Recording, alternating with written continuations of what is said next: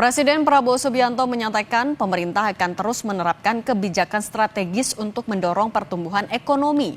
Di antaranya adalah optimalisasi bantuan sosial dan program makan bergizi gratis. Presiden Prabowo menyatakan dalam kuartal pertama tahun ini sejumlah kebijakan yang diterapkan mendorong pertumbuhan ekonomi.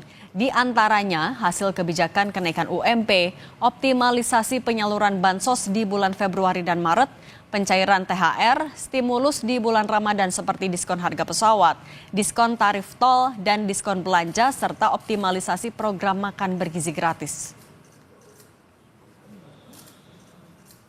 Pertama tahun ini, kebijakan-kebijakan yang mendorong pertumbuhan ekonomi. Pertama, hasil kebijakan kenaikan UMP 2024. Dua, optimalisasi penyaluran bansos di bulan Februari dan Maret 2025. Tiga, pencairan THR bagi ASN dan pekerja swasta di bulan Maret 2025. Empat, stimulus pada bulan Ramadan, yaitu A, diskon harga tiket pesawat, optimalisasi program makan bergizi gratis. 7, optimalisasi penyaluran KUR. 8, panen padi terrealisasi secara optimal. Dalam pemaparannya soal kebijakan untuk mendorong pertumbuhan ekonomi di awal tahun, Presiden Prabowo juga menegaskan Indonesia akan memiliki bank emas pertama. Bank emas ini akan diresmikan pada 26 Februari 2025. Hal ini karena Indonesia tidak punya bank emas, sehingga emas di Indonesia banyak ditambang dan disimpan di luar negeri.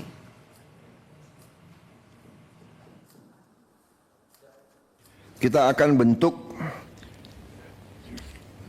bank emas. Jadi selama ini kita tidak punya bank untuk emas kita. Tidak ada di Indonesia. Jadi emas kita banyak ditambang dan mengalir ke luar negeri. Kita ingin sekarang punya bank khusus untuk emas di Indonesia. Insya Allah kita akan resmikan tanggal 26 Februari. Ini saya kira pertama kali ya di Republik kita. Lebih lengkap kita tanyakan jurnalis Kompas TV Alfania Rizky dan juru kamera Feriska Emanuel. Alfa, jadi bagaimana penerapan kebijakan Presiden Prabowo untuk mendorong pertumbuhan ekonomi di awal tahun? Cindy dan juga saudara, kalau bicara soal bagaimana penerapannya, sebenarnya realisasinya ini baru kita bisa lihat ketika Badan Pusat Statistik merilis hasil realisasi kinerja pemerintah atau tepatnya pertumbuhan ekonomi biasanya di bulan Mei kuartal 1 di tiap tahunnya tahun ini berarti Mei tahun 2025. Tapi kalau melihat keseriusan pemerintah atau Presiden Prabowo Subianto khususnya dalam mendorong pertumbuhan ekonomi di kuartal 1, ia menyebutkan memang ada 8 kebijakan pemerintah yang difokuskan untuk bisa mendorong pertumbuhan ekonomi.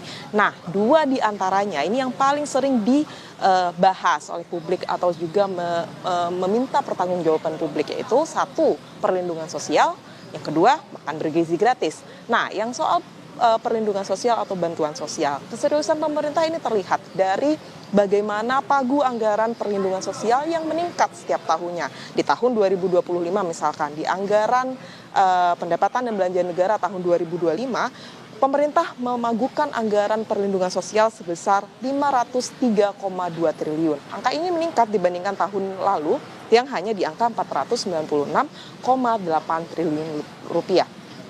Kemudian soal makan bergizi gratis, pemerintah juga menyebutkan bahwa sebenarnya angka anggaran untuk MBG ini di tahun 2025 hanya 71 triliun. Tapi kemarin Bendahara Negara, Menteri Keuangan Sri Mulyani menyebutkan bahwa ada anggaran tambahan untuk MBG sebesar 100 triliun rupiah. Artinya total 171 triliun rupiah. Dari anggaran ini saja sudah terlihat seperti apa upaya pemerintah untuk mengoptimalkan kedua kebijakan strategis dari pemerintahan Presiden Prabowo Subianto dan juga Wakil Presiden Gibran Rakabuming Raka. Dan terbaru tadi Presiden Prabowo Subianto juga menyatakan di Istana Kepresidenan Jakarta bahwa MBG akan menggerakkan ekosistem UMKM untuk mendorong pertumbuhan ekonomi. Dan berikut pernyataan dari Presiden Prabowo Subianto.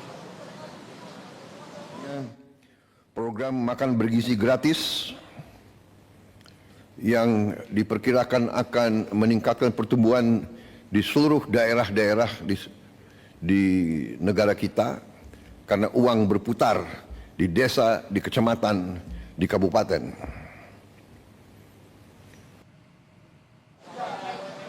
Sini dan juga saudara, walaupun anggarannya besar, walaupun Presiden tadi menyebutkan bahwa 170 triliun akan menggerakkan perekonomian UMKM, kemudian perlindungan sosial mencapai 503,2 triliun untuk memberikan bantuan sosial kepada rakyat Indonesia. Tapi lagi-lagi, kalau tidak tepat sasaran, ini akan menjadi polemik juga. Dewan Ekonomi Nasional Luhut menyebutkan bahwa dari 503,2 triliun anggaran Perlinsos, separuhnya saja yang sampai ke masyarakat atau pemanfaat atau penerima manfaat. Artinya, pemerintah harus segera mengevaluasi apakah kebijakan-kebijakan strategis ini tepat sasaran untuk masyarakat sehingga pertumbuhan ekonomi yang diharapkan oleh pemerintah ini bisa terwujud.